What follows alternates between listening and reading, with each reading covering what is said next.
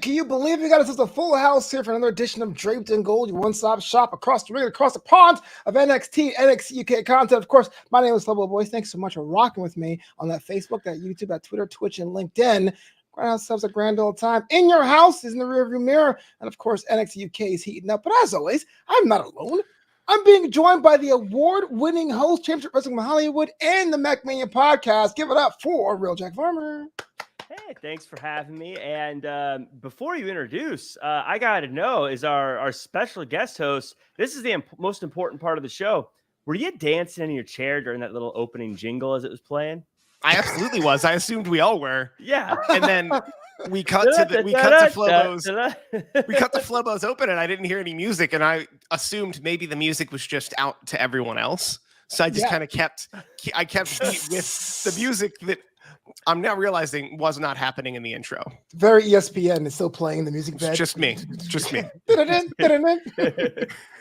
But speaking about winning awards, our special guest this week, won awards so much he's verified on that Twitter sphere. Don't forget those silver play buttons. Get him, Steve Kaufmann. How's it going, man? It's going pretty well. Had a weird week working through it, and I'm excited to have seen a bunch of wrestling, talk a bunch of wrestling with y'all. Awesome talking about. You guys can get interacting on that chat as well. Your questions are always greatly appreciated. I want to give a shout out to those people of all places, Denmark. We have all the Denmark wrestling charts for the first time ever. So what's up? I don't know how to say anything. Denmark. This one's for you, Denmark. This one's for you, Denmark. Yeah. All right, NXT UK. Let's start from the bottom top. Had ourselves a main event of epic proportions because I didn't know which way it was going to go. Diamond Mines Ivy Niles, which what I can tell is undefeated in singles competition against Meiko Satomura, 1 day shy of her 1 year title reign. Had ourselves a bit of a classic, a banger, if you will. Ivy Niles showing every bit. She's a star and a half. Steve, you're our guest this week. Start us off here. Thoughts about the main event and thoughts about Diamond Mines Ivy Niles. The main event was incredible. I wish there were about 10 more minutes of it.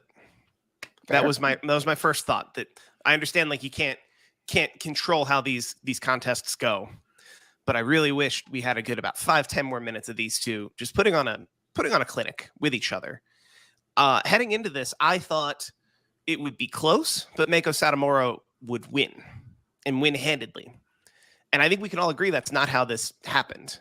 Wait, how can it be close and handed to win? Like, what do you mean? Like, no, it could be that it's 50-50 up until the end, and then they just get beat at the end. That's not what happened here. Meiko Satomura held on to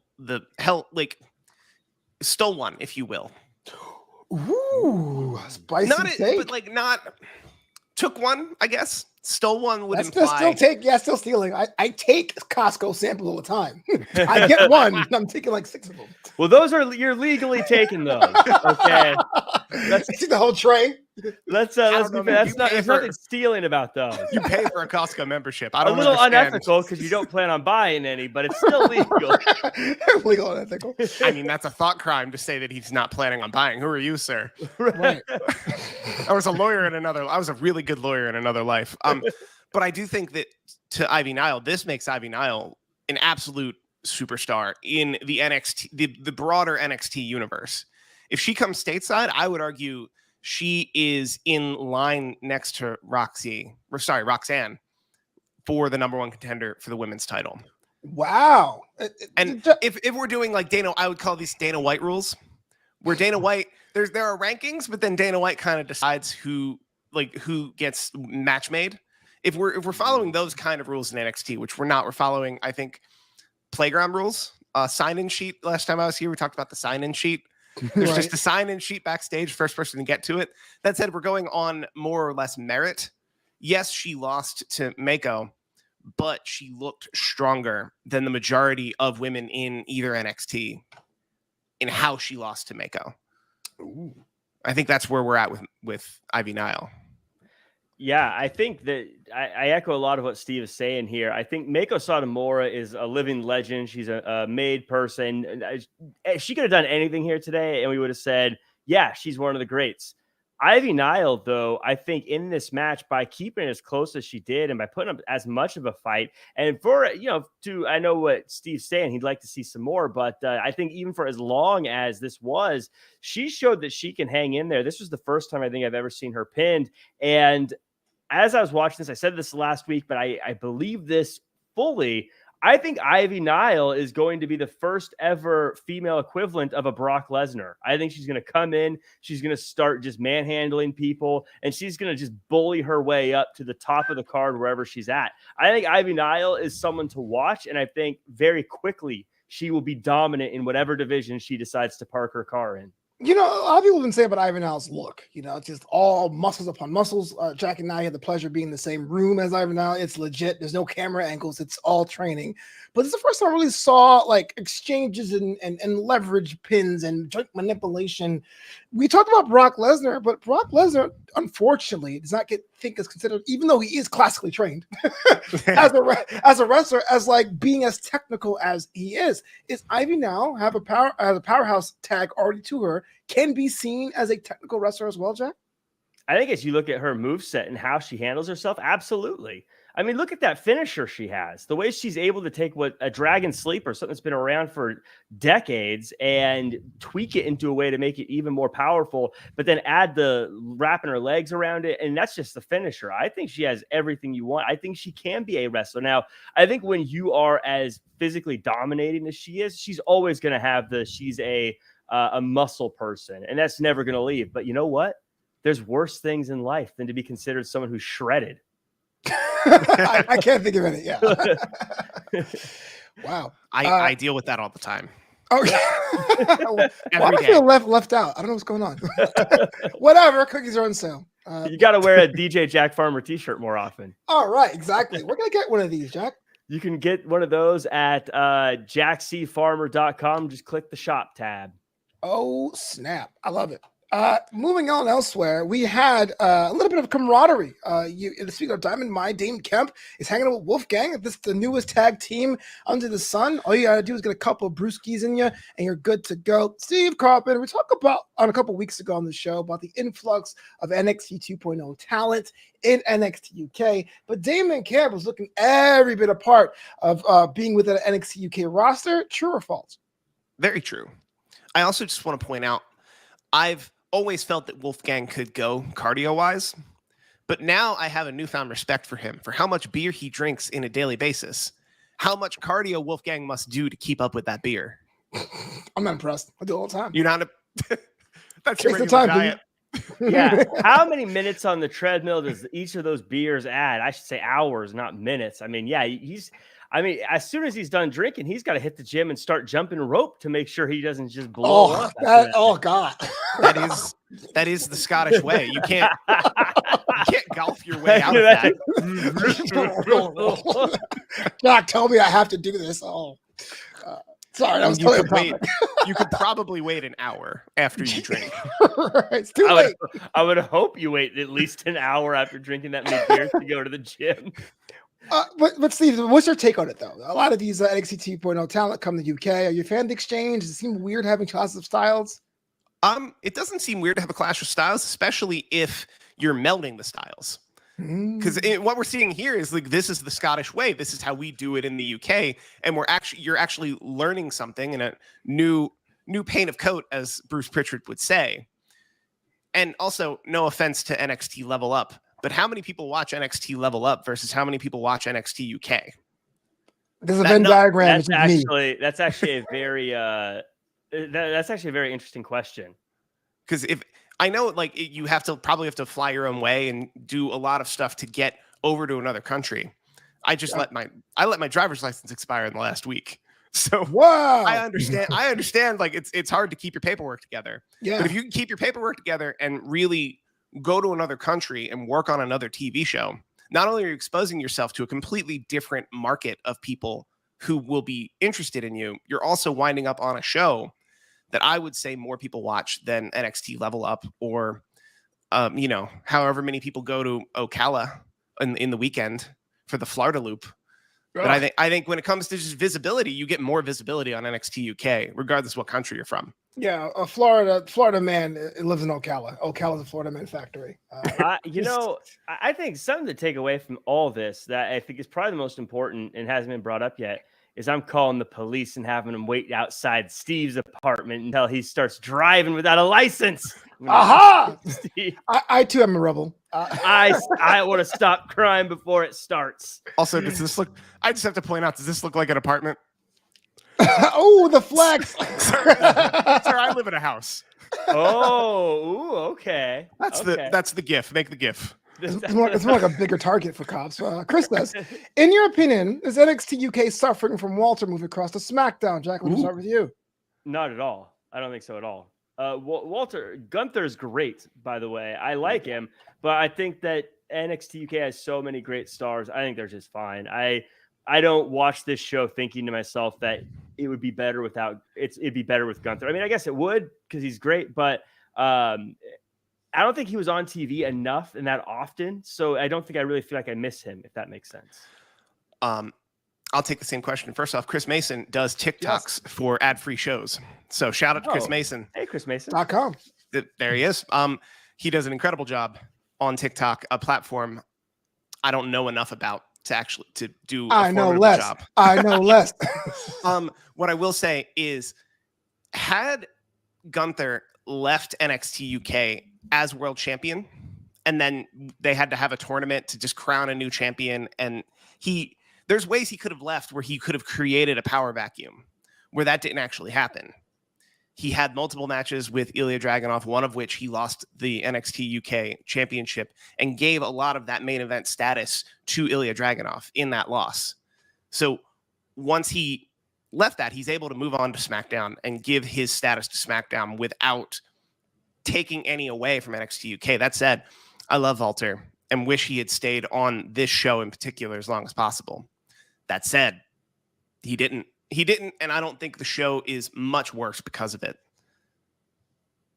Yeah, I'm similar with you. I feel like it was a transition, but it's something that needs to be done. We'll get to transitions because our next match was in the tag team ranks. Symbiosis against Ali Blake and Tate Mayfair's. I think the debut of Ali Blake. We've seen Tate Mayfair's once before. The match, I had down in my notes, like, hey, why is Symbiosis at the bottom of the tag team ranks? But the bigger story there, Jack, is that Symbiosis has a whole new, different management structure. Eddie Dennis, your boy, got his ass kicked, waxed, if you will. Care to defend your guy?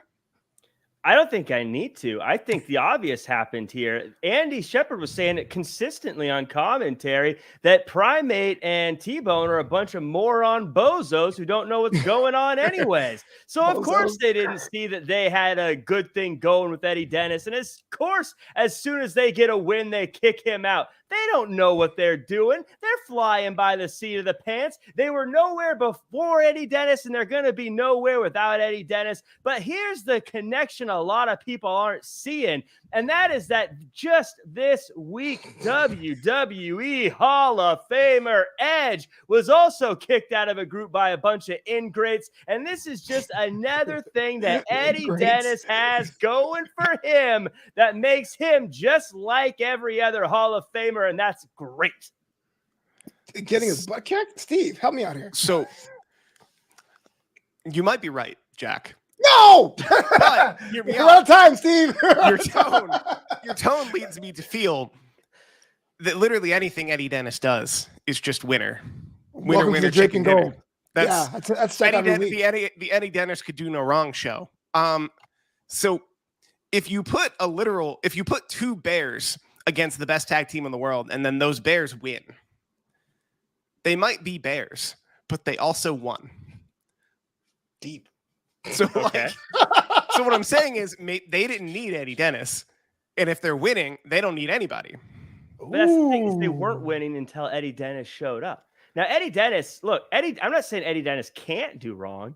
I'm just saying he doesn't do wrong. Ooh, yes. Well, that said, The question still stands then, even before the change of personnel. Symbiosis, for a while ago, maybe a month ago, were kind of in this tournament to be crowned number one contenders. And now, no disrespect to Tate Mayfield to Ollie Blake, they had no record. So if you're Symbiosis, if you're as good as you say they are, Jack, why would Eddie Dennis book this match, get this match signed against a team that's unproven? To get a win, because he saw that Primate and T-Bone weren't living up to their potential. They weren't doing what needed to be done once the bell rang. So Eddie Dennis went out of his way, did the smart thing, and got them in a match that they had a chance to win. They won, and then suddenly they got too big for their britches. If we're gonna call them bears, it's like they ate the biggest bowl of porridge. But now they're on their own, and now we're gonna see them with nothing left but the little bowl. Well done. I'm sorry, but I have to point this out. Who is left to challenge Ashton Smith and Oliver Carter? Who's left? You got Stars and Mastiff. You got possibly a returning Pretty Deadly. You still have the rematch if Just House Mountain gets back together, because they still haven't figured out what they're going to do, because Trent Seven's going to talk to the universe next week. There are options out there. The question comes down to, who do you want to see in that title? I mean, even D. Familia is the next one as well. I mean, I think, Steve, just to kind of piggyback and jump on your point here, I think you say what might be obvious is, I think Eddie Dennis was lining these guys up for a title shot, but without Eddie Dennis's guidance, they stand no chance against Ready and Forward, right, Flobo?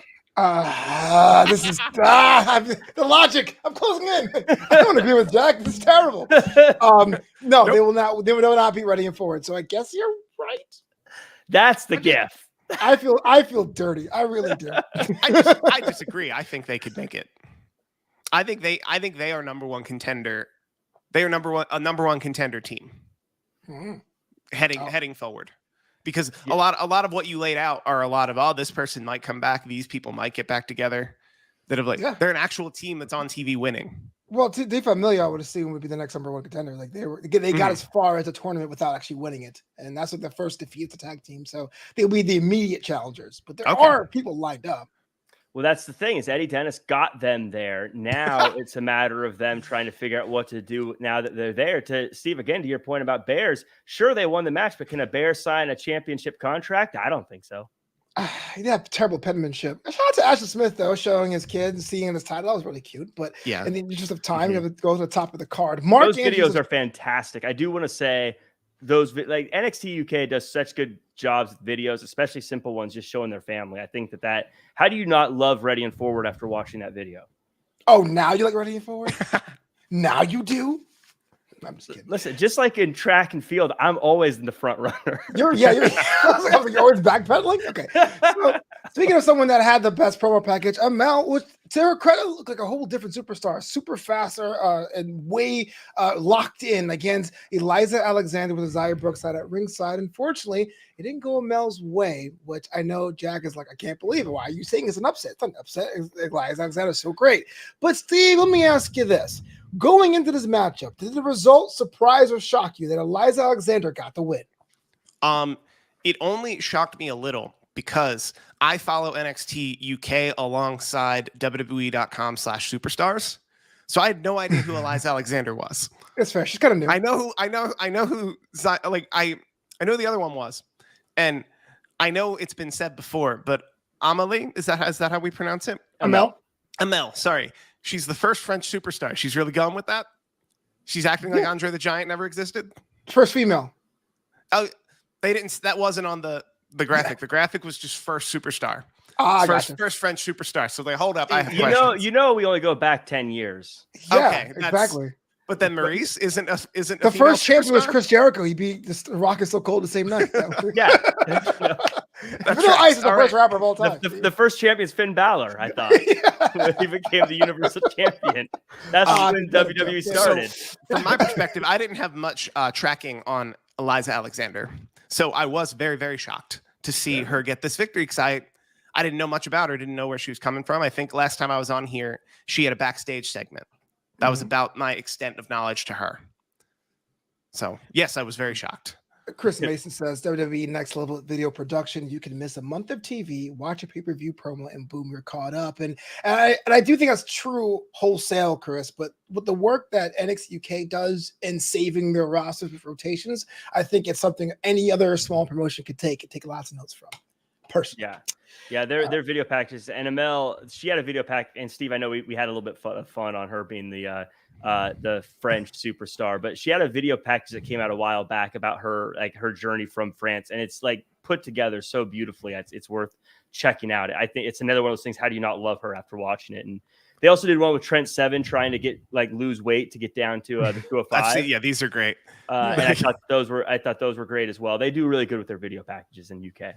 Yeah, absolutely. I would say the most shocking thing about this matchup, though, between Eliza and Amel here, the thing that I was watching this just kind of blown away. And I know, I can't believe I'm going to say this, and you guys, you might want to reject this thought as I say it, but wait, hold on.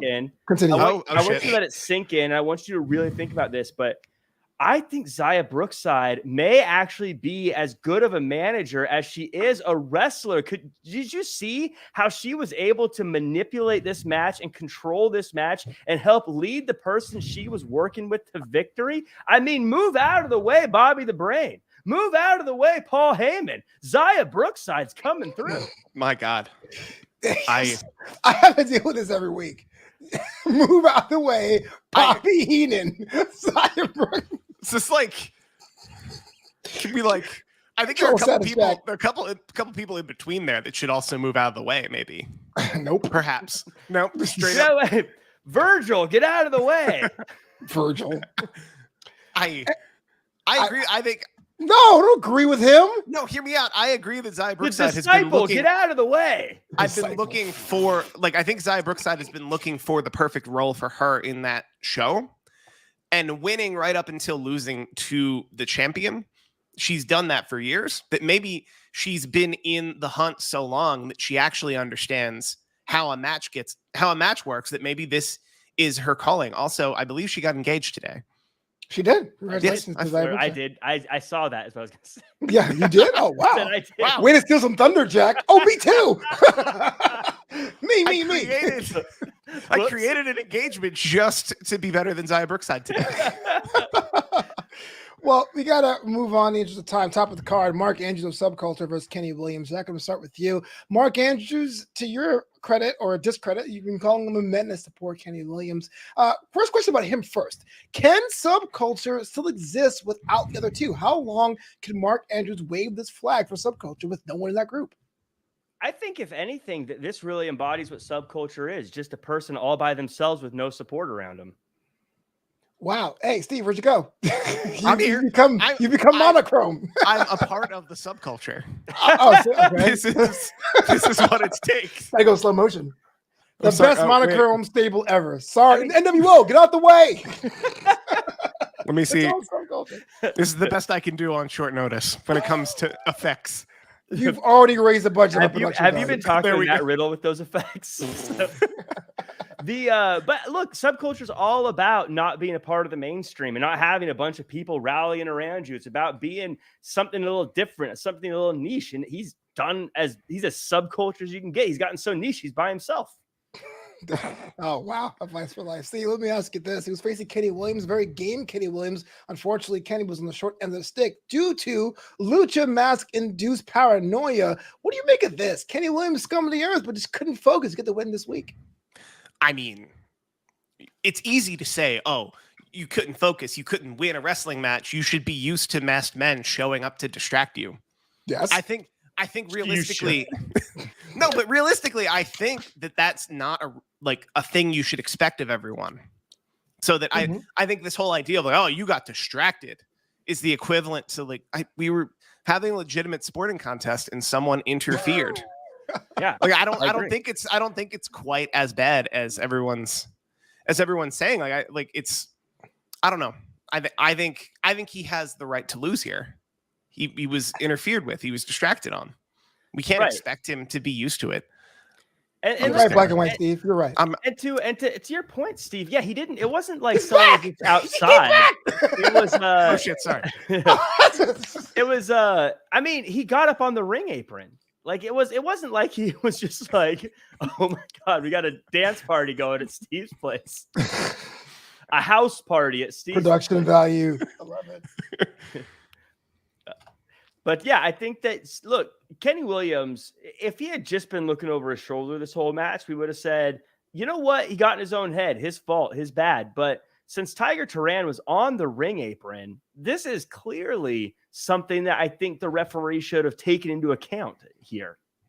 The referees don't really care. It's like, as long as no one commits murder, you're fine. 1, 2, 3. That's what makes NXT UK so great. Well, especially the referees in NXT UK. We talked about this last time I was here. That's a union strong place. Those referees don't do shit. Aside from count the 3. Yeah. The bell to bell, count the 3. Everything else, I'm sorry. I got tenure. I can't. I'm not going anywhere. We have a tea break. Yeah. I think that's why British wrestling started in the rounds style.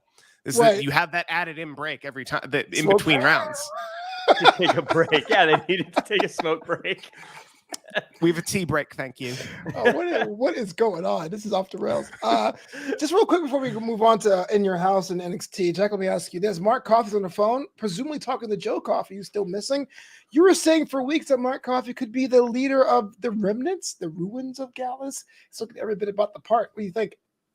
I think that what Mark Coffey's going through right now is just like any tough breakup. You keep wondering what would happen if you got together. It's hard to understand that maybe things are over and it's time to move on. But once all is said and done, I think that Mark Coffey's going to trade up. I think he's going to move on and do bigger and better things. He's always been the more level-headed Coffey. He's always been the more tactical Coffey. And I think he's been an incredible wrestler. I think that he's going to do great. I'm going to call this episode Tactical Coffee. Gotta move on. Bro Code 1 at Broster's. Oh, wow. That's a callback. 2020. What up? In the interest of time, we got to move on to NXT In Your House, which is, I guess, the premiere event of 2.0 era. Steve, let me ask you this. You are a connoisseur of the wrestling arts and sciences. Thoughts about In Your House, 1, this year's edition, and 2, as a pay-per-view wholesale? As a pay-per-view live event. We'll call it what we call it. Some people, you got to pay to watch it. Pay-per-view is not wrong. As a pay-per-view wholesale, like I think the In Your House brand is very strong and is going to continue to stay very strong. I think this exact pay-per-view didn't have some of the stronger matchups. I didn't believe I was shocking anyone when I say Toxic Attraction are really strong. Explain yourself. Is really, really strong. Braun Baker's really, really strong. Like they were like the 3 linchpin matchups. Legatos.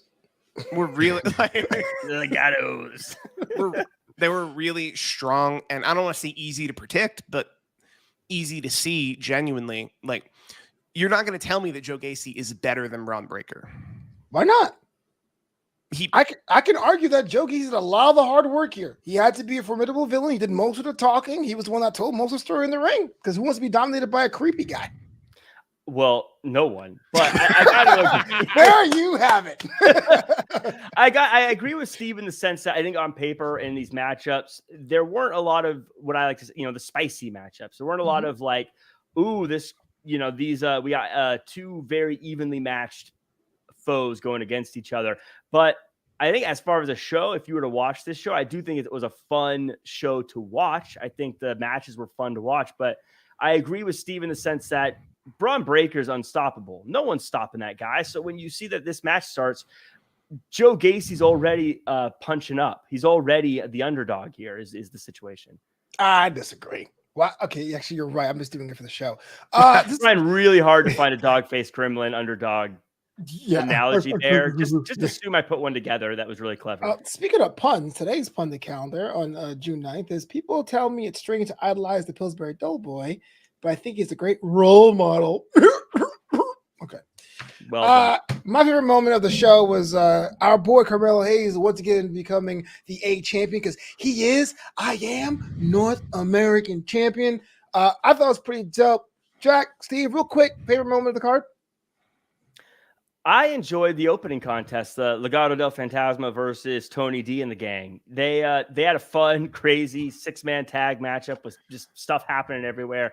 And I enjoy six-man tags in general, but I thought this was a fun one. I like both sides, so I found myself cheering and booing at the same time multiple times. But that one for me was probably my favorite match of the night. Cheering both sides. I actually think Carmelo Hayes winning was probably the better moment of the night. And I think maybe it's because when you're looking at me, you're looking for what you weren't expecting, and that's not what I was expecting. Hot take. Is it because Carmelo's that good, or is it because Cameron Grimes has pretty much run his course here at NXT? And both could be true. I don't think Cameron Grimes has run his course in NXT. I thought he was going to be North American champion for way longer.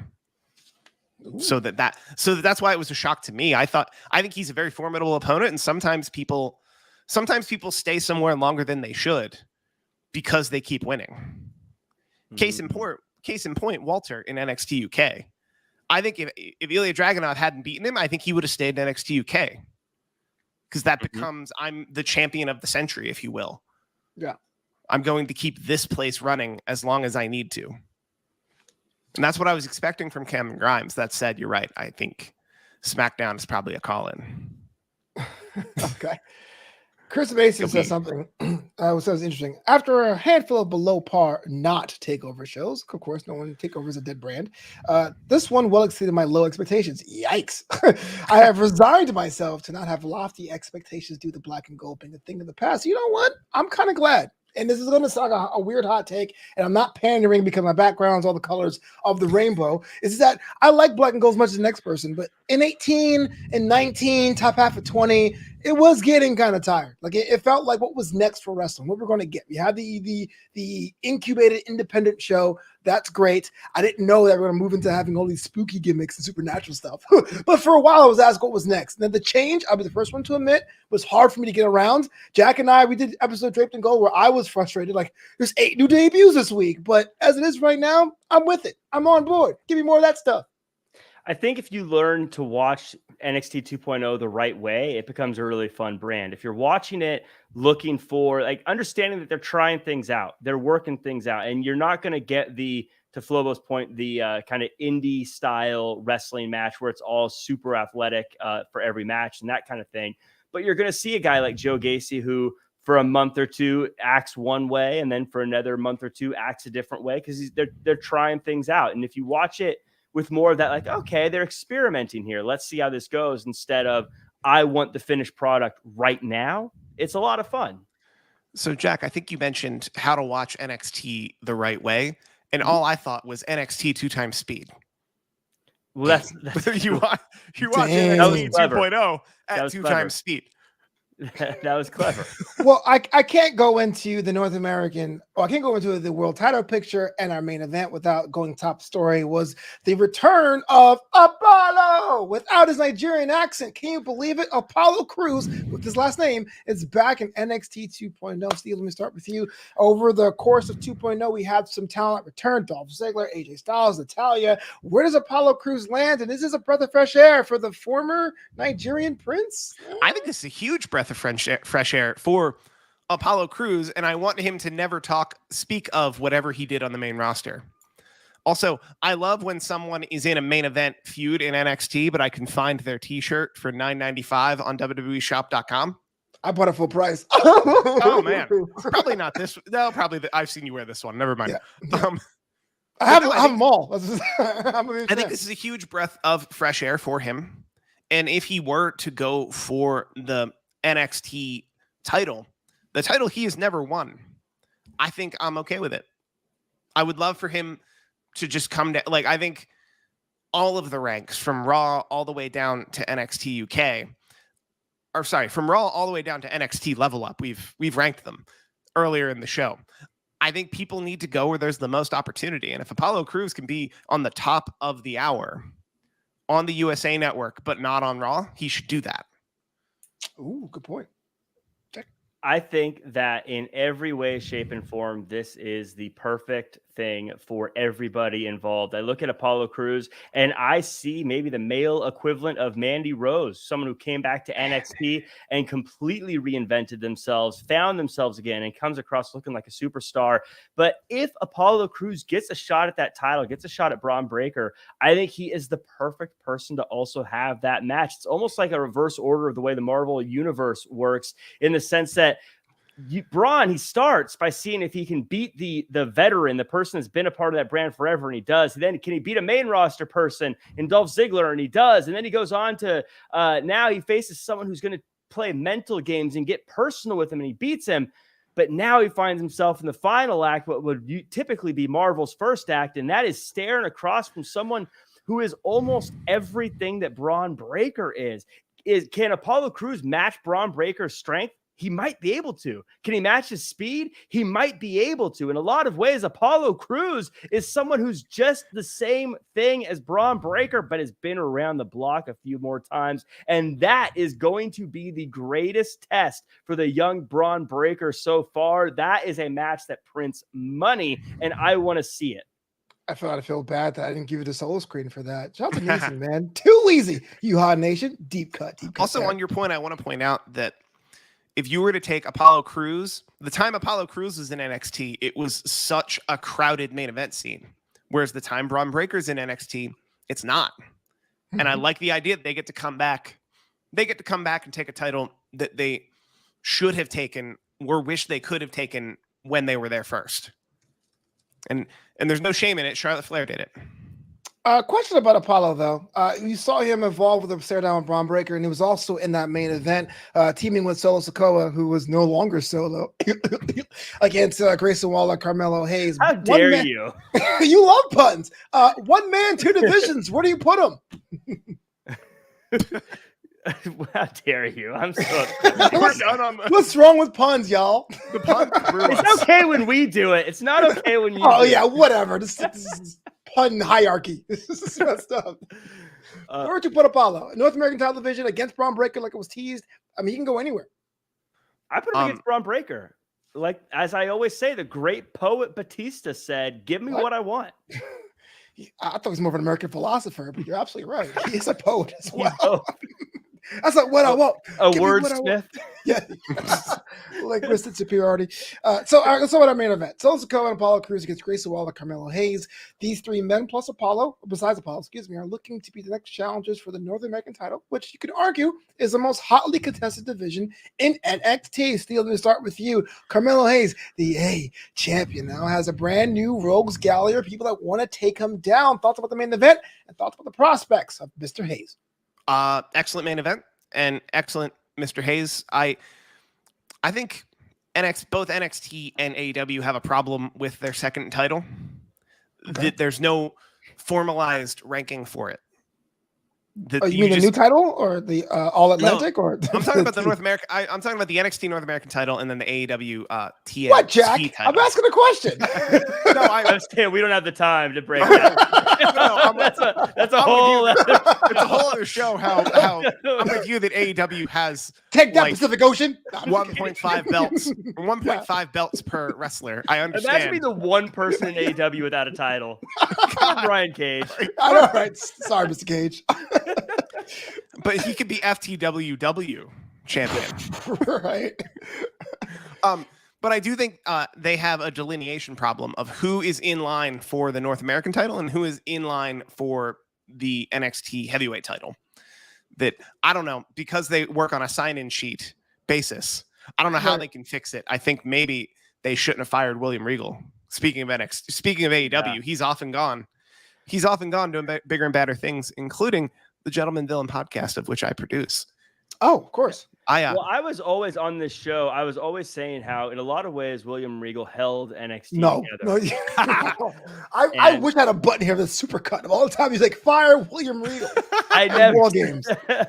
I never said that. I always said that William Regal held the show together, and he was the one that kept order on NXT. And ever since he's been gone, it's just been a madhouse. You're right. People just calling their shots whenever they want, signing into places. No one there to keep charge of things, and I think you see that. Couldn't even get one color painted on the walls. Okay, that's a good one. So that was really good. So could I challenge Carmelo Hayes? Would you want could. to? I wouldn't want to. It's not even the match. It's Trick Williams being able to talk your talk. Whoop that trick to you. It'd be kind of weird, right? Like, do I have to have a match on Level Up? I have to have some type of qualification to get to the sign-in sheet?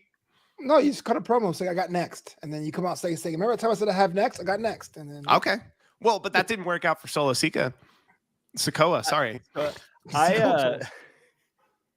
I feel like if I challenged Carmelo Hayes, he'd be getting his hair cut and I'd hear him say mean things about me. And I'd come in to try to say mean things back, but I'd start crying because he said such mean things about me. And I wouldn't be able to get through my tears. I wouldn't get signed. Do you have an appointment? No. I'll just go. You have an appointment? No, sorry. Oh, do I need one? Yeah. Okay, sorry. I'll call. I'll come back. Our fallout from In Your House is this. We don't have two warring families anymore. We have one. Legado del Fantasma is now a part of the D'Angelo family, which I think the name needs some work. But yet you have Santos Escobar working for Tony D'Angelo, with Tony D'Angelo at ringside in his match, Santos' match against Nathan Frazier. The match itself was pretty cool, but let me ask you this, Jack. What do you make about this new alliance of families? I think that this is something that's going to be very interesting to watch. I said at the top, I love both these groups, and I think the fact that they've come together is going to be a very powerful alliance. I have a feeling once all is said and done, Santos Escobar is going to be one of the most beloved characters on NXT 2.0. I got a feeling that the crowd is going to understand just how good he is as he's fighting from underneath. But I think that this is really fun to watch unfold. I do want to say, because there was a little clash with Carmelo during this whole thing and with this family during the show. One, I think Carmelo Hayes, they always say the title doesn't make the man makes the title. You notice as soon as he has the title, suddenly that entire division is like a powder keg ready to go. And I just have to shout out the moment when Tony says, if you're not careful, blink and that title's gone. And Trick's like, I'm blinking. You still got your title. Yeah. Y'all need a hype man like Trick Williams. Shout out to Neeson Williams. The storyline is the A storyline. I'm inclined to agree. If not so much the tendril of the North American title stuff, the Tony D versus the Santos Escobar, which should be considered cheesy and over the top, totally fits with 2.0. Can we? Yeah. I know we're not breaking down individual matches, but real quick, can we just talk about how fast-paced that Nathan Frazier Escobar match was today? That was in double speed. It felt like how fast they were moving. Nathan Frazier is one of those imports from UK where I wonder where he's going to fit in, and not to compare him because it's still early yet. But like an A kid, I think he'll show up and then like disappear. But Nathan Frazier quickly found a way to make it work for them. And Santos Escobar was actually texting me this and like, what do you do with this guy? He's so good. He could be the face of the brand. If you had like an NXT poster tune in tonight, he will be on that poster. But he's also in his late 30s. Do you move him up to the main roster to keep him there? I mean, this guy is a talent and a half. And I thought I saw it more last night than in the recent weeks because I do feel that walking into the In Your House match, Legados weren't as hot as they once were. Yeah. Cool. Are you asking me? Or are you asking, I was more of like a statement looking for any. You handled it. You handled that. Everyone then agreed, so it was kind of awkward. No, we agree, and but it's also rhetorical of like what is next for Nathan Frazier. Oh, he's fine. He has new surroundings. I mean, he was messing around with Chase U for a couple weeks. He was on Level Up sometimes. Like he can go wherever. He has that new car smell that puts him into anywhere you can slide him into because of his size and speed. I'm looking more at Santos. I know the long-term storyline is going to be with Tony D, but as you build up that being lovableness, he has to go through opponents. Who are they going to be? Is my question. I think it's going to be Tony D in the gang. Yeah. Fair enough. All right. I see how it is. Speaking of going through tunnels and gauntlets, your boy, that's Jack's boy, Von Wagner, had a match against Josh Briggs, fired up Josh Briggs with Sophia Cromwell. She don't really know what's her deal, and Mr. Stone. Josh Briggs gets the win, which surprised me only because Von Wagner was unstoppable. Steve Carville, let me ask you this. Von Wagner, man, like, what? How? What? Question mark? That's not a question. Von Wagner's match end up in a loss.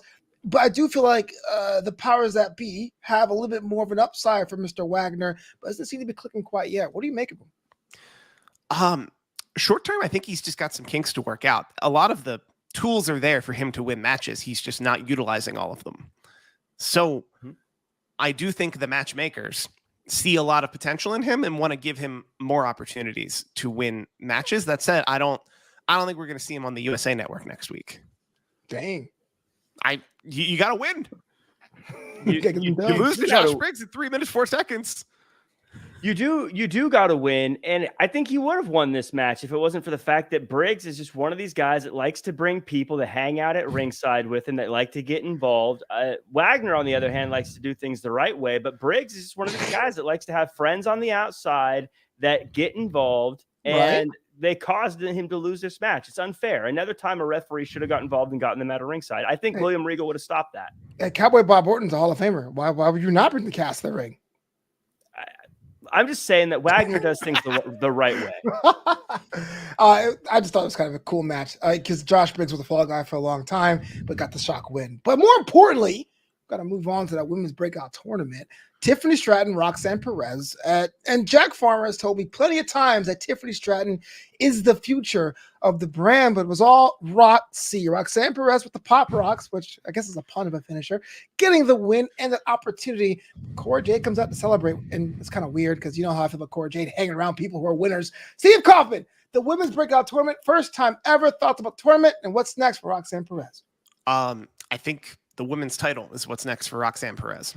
Fair enough. I think but actually winning the women's title. There you go. I think she's good enough. I think she's ready. I think Tiffany Stratton really should be looking internally, and she appears to be looking externally. And that's a problem. Go on. Well, we saw later in the program where she was like, I didn't realize we were cheating. If we were cheating, I could have won. This shouldn't have happened. I'm going to call my dad. I'm going to do this. I'm going to do that. I'm going to do that. I think one of the best ways to be a winner is actually to be an incredible loser. And she's coming off like a terrible loser right now. Wow. Speaking of incredible losers, Jack, what do you think about the match? I thought that this was really good stuff. I thought everything I said was right. The thing is, I said from the very beginning, at least halfway through, once she got involved, once she finally had her opportunity, that Tiffany Stratton was going to win the breakout tournament. And I was right. I say I was right because everyone was picking Roxanne Perez to win this thing. Everyone had her checking that win column. So now that she's won, great. But you know who really broke out? Tiffany Stratton. Tiffany Stratton is the one that got on everyone's radar. That's what the breakout tournament is all about, is getting noticed, getting recognized. Tiffany Stratton showed the world that she can get it done in the ring when she's not getting cheated. And by the way, I got to complain about something here. I don't like to complain. I like to only look at the positive side, but I got to wag my fingers because all I hear is on commentary, Vic Joseph talking about how Roxanne Perez is going to, all the time, all the work, all the effort I put in for all these years, I'm finally going to get my chance. She's 20 years old. She just started. What do you mean all the time? She took a bus 10 hours each way, man. A bus. She's 20 years old. You can't talk about all the time you put in. You're not even old enough to drink yet. Oh, wow. I didn't think you turned to Stephen A. Smith about it, Jack. You're just a baby. Oh, baby. Well, I mean, hey, look, man, Roxanne Perez has a bit of a nice following. Cora Jay's out there, and we have ourselves a 6-woman tag match next week. So we're really going to see her up close and personal to Mandy Rose once more. So I'm excited for that. I'm glad the first women's breakout tournament had a bit of a positive reaction on social. Hope they do it more. I think the men's tournament up with winners such as Carmelo Hayes and et al. I won't go into who won before he did. But the women's breakout tournament, I think I should come back next year, I think. I absolutely think the breakout tournament I think that should be a staple of, because it's not like Money in the Bank or King of the Ring, where it became just a bunch of top guys looking for an opportunity and then using that as an opportunity. Like, I think the breakout tournament should stay something that is a tournament of relative unknowns getting the opportunity to actually break out. Whereas you have Money in the Bank matches where everyone has won Money in the Bank 3 times. I agree completely. Chris Mason says Stratton's really acclimating well to wrestling, almost like a sponge. Her being a natural athlete who's also a bodybuilder reminds me a bit of Bianca Belair and how quickly she took to wrestling. Maybe. I just don't quite see it yet, but I'm a grump who's an old man out of the demographic. So you don't see it at all, Flobo? That moonsault I do not. Was the only thing missing from that moonsault she did was actually connecting. That's kind of the most important part of a moonsault. Yeah. But it's a breakout tournament. She's got time. Yeah, she got time. If she didn't have so much hang time on it, she probably would have connected. What a problem to have. I just jumped so high and so far, I would totally land it. Yeah, Roxanne Perez had like 30 minutes to roll out of the way. Stratton got so high in the air. Also, apparently, if Wade Barrett is malleable financially, maybe Tiffany Stratton should send some money his way, get some favorable coverage on NXT. Well, I have a feeling he's for sale. Sneaky suspicion. I may or may not have seen a Craigslist ad or two. And for Tiffany Stratton, looks like they're going to reheat that Wendy Chu thing, which is great because according to Jack, Wendy Chu's been on a crying spree ever since he got her credit card. So props for that. Yeah, she stole. Steve, tell me this: if you steal someone's credit card and then go on a spending spree with said credit card, you have broken the law. Am I correct in saying? Allegedly. I mean, Wendy Chu took her credit card. You haven't checked a bunch of stuff. You clearly haven't opened your wallet since the forum last week. The face is like, I haven't. I've used my thumbprint everywhere. I will send you so many pictures of cool things I bought in the last 7 days. Ooh, well, it must be cool because the bank didn't think it was fraud. They were like, that looks like something cool Jack would have bought. True. You should probably call them and issue a chargeback, though. It's one of the few times I got a fraud charge. It's actually a true story. I went to go buy my girlfriend at the time flowers. They're like, this can't be him. They shut that down. All right. Well, in the interest of time, we have a couple of quick hits around the horn about what's going on in NXT UK, NXT 2.0. Let me know what you think. Steve, let me start with you.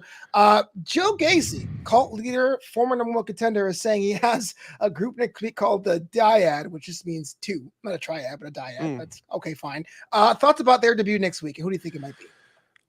I don't know who it might be quite yet. I think it might be someone we've never heard of or seen before. That said, I think he went from a cult to 2 people, and that is a demotion.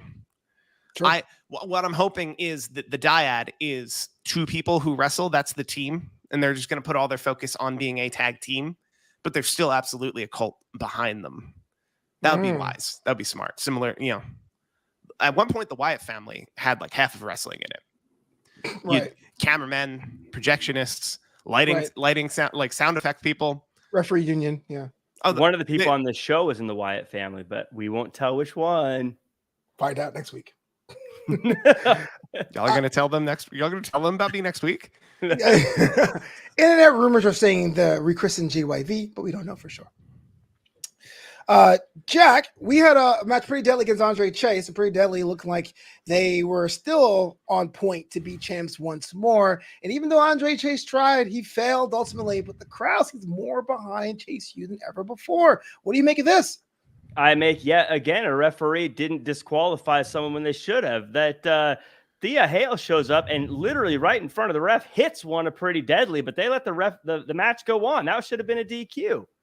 Fortunately, the good guys still got the win, Pretty Deadly. They still came out with a victory, showing all those people in college working so hard to be smart that if you're pretty, you don't need to be smart.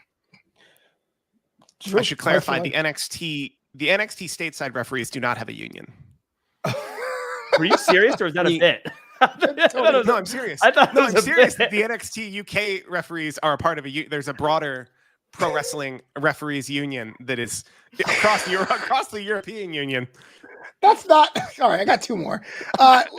Alba Fire had a match against Tatum Paxley. Alba Fire is undefeated. As Alba with the most forceful handshake after match I've ever seen. Like it's pump kicked in the face by Lash legend Steve Kaufmann. What do you make of Lash? What do you make of Alba Fire? Alba Fire looks very familiar. That's all I'll say. And she looks like a killer, and but so does Lash Legend, so I'm looking forward to the matchup. Fair enough. Rapid fire, let's go. And lastly, because we have so much more to do this week, we won't get trying to get to. Giovanni Vici is the old Fabian Eichner, still doing the high class living. Jack Farmer, they put you on the spot. Can Giovanni Vici find a spot in an already crowded NXT roster? I think he'll do just fine. I thought as Fabian Eichner, he was an incredible wrestler. I think he had all the tools you're looking for. And I know a lot of people are probably frustrated at a name change and an update to the look. But as I look around, frankly, WWE's been knocking it out of the park with all their updates recently. So I think that if he's trying to rebrand himself, it's going to be a success like a lot of the other successes they've had. So you think he'll stay with on his own, or would that be like a connection with D'Angelo? That's not the question I see a lot on Twitter. I think it's dumb to do that, but I'm just asking you. No, I think he's on his own. I think if he was going to be connected, they would have connected him. Oh, bonus question. Creed brothers are giving away title matches, apparently. He just NFA and Malik played. Roderick Strong's upset about it. Kaufmann, how long is Diamond Mine going to stay together before it implodes? Or explodes? I'll be generous. Explodes? I'll put the over-under at 4 weeks, and I will take the over. I mean, what do we consider an explode? Because they're already at like Diamond Mine 3.0. Like, what do we consider a change here? I feel like the match to have the Diamond Mine name a la DX99 and saying we're done with Diamond Mine. Okay. I think I take the under. Okay.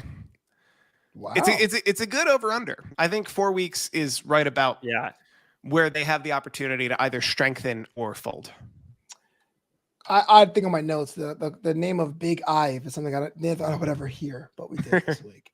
But now it's time for a favorite part of the show. It's now time for the MVP of NXT. That's the one person that stuck out for you on NXT 2.0 or NXT UK. Jack, let me start with you. Who is your MVP this week? This week, I think the person I have to call the MVP is Ivy Nile. I think that she really showed that I rarely ever pick someone who loses a match to be the MVP, but I think that to this week, she showed that she's on another level. She's not a prospect anymore in my mind, and she's not even a roster member in my mind. She's a champion contender after this week. Ooh. I'll be real. She was mine too. However, to make things more interesting, I'm going to say don't order the same dish that's at the restaurant. Yeah, it's weird. I'm going to say Roxanne. I'm going to say Roxanne Perez. I think there's nothing but upside for her right now. And with winning the breakout tournament, standing toe to toe with the women's champion, I think she's the MVP of this week. Heading in, like, there's so much potential. If we're judging potential, like Ivy Nile, we kind of know the 3 or 4 paths that are laid out in front of her. Roxanne Perez, the world is her literal oyster at this point. Oh, yeah. For me, it has to be the guy in the crowd spinning that spinner belt all episode. It was dedication. No, Wade Barrett, 100 episodes on commentary, and everyone when he first started was kind of like, how is NXT going to sound without Mauro Ranallo? And I do feel like this one here has a cool direction, and I like Wade Barrett's insight. I think that it would probably be the most like cynical booth to put Wade and Nigel on the same desk, but I love what Wade has contributed to the NXT. He's my MVP this week for sure. Did Wade pay you to say that? No, I'm easily bought. But easily bought. Jack is what? I am first. There's so many directions I would take that, but one, great pick. I didn't know it was 100 episodes. 2, I can't believe he's been on for 100 episodes. That's crazy. And 3, I didn't pick Apollo Crews because I thought you were picking Apollo Crews, Flobo. He didn't really do much. He just says, "I'm back." The main event. He wasn't the MVP of the week. He will be the MVP of everything going on. but he, as it is right now, he just talked to Braun. He was in a match, a tag match. I'm just what? Why you're disappointed with him? What happened to good old predictable Flobo? Well, I know, because you know what happens? He actually won his match. If he had lost, I was like, even in defeat, I would have said Apollo. Oh man, that does it for me. We're at episode 93 of this show, Draped in Gold, and I'm still trying to figure out if she's on episode 100. Most likely not. But if you have an idea, let us know in the comments below, especially if you're listening to this out in Denmark. Thank you so much for the show. Steve Kaufmann. Denmark. Is that Copenhagen? I don't know where Denmark. Okay. Copenhagen. Steve Kaufmann, if someone want to connect with you online and maybe hit you up in DMs, how they can be verified, wink, wink, nudge, nudge, how to go about doing that? They can find me on Twitter almost exclusively. I'm at Steve Kaufmann. That is KAUFMANNIM. We'll say heavily involved in the pro wrestling YouTube digital production space. What do you mean, let's say? You are. Let's just say. I'm trying to be modest. You basically said it already, too. That's it. If you go to Steve Kaufmann, I'm trying to be modest. Like, it seems it's too hard a flex to be like, I am the name in pro wrestling. Like, I'm the name in pro wrestling podcast. Oh, yeah, mister. You think this is the apartment? This is the house. This is You're the villain that's been unmasked and now trying to act like you haven't been a part of the whole episode. If you go to stevekaufmann.com, you'll find my link tree. It'll show you all the stuff I'm working on and will be working on. In the last 7 days, I've launched the Mick Foley podcast and the Gentleman Villain podcast. Next month, we're going to be launching Click This. It's a Kevin Nash podcast. And those are just the new ones. I'm heavily involved in the pro wrestling YouTube space. I want all the Vinny Vegas content I can handle, or Oz. That's the good match I want. I think you're going to be kind of disappointed in this podcast. Well, it might be one once episode. You get to we talk about episode Vinny 100, Vegas. you're going to start digging for something. That's what's going to happen, though. I love it. I'm curious. Bada boom. He's never told the Magic Mike story. Jack Farmer. If someone wanted to follow you after following Steve at ckaufman.com, how do they go about doing that? Well, if you want to find me, the best thing to do is check me out listening to ad-free shows like Click This and the new Mick Foley podcast. Those sound amazing. But you can also find me at Real Jack Farmer across all social media, where I'm on shows like this one and Mac Mania and Wrestling Inc. And I just launched a Twitch channel, Real Jack Farmer, on Twitch as well, where I just chat about pro wrestling every Monday, Wednesday, and Friday at 10 a.m. Pacific time. Hey, look what I found here. Adfreecares.com. That's kind of random. Yeah, t-shirt. Get them I had to load it up here. I don't know why. Okay. Buy some t-shirts. Money goes to stjudes.com or St. Jude's. Oh, that's cool. It's probably stjudes.com, but money goes to St. Jude's Hospital. .org. I don't know. If you buy one of those Jack Farmer shirts we talked about earlier, it goes to me. Both are valid causes. All about me. Flobo Boys, DrapedandGold.com. Back here every Thursday to break down NXT UK content. As Jack and Steve are out there doing things and being superheroes, I do all right for myself. In the meantime, you can follow me on Twitter at Flobo Boys. We'll be back 6 days and 23 hours from now. But until then, Jack Farmer, say the words. Do your best and be yourself.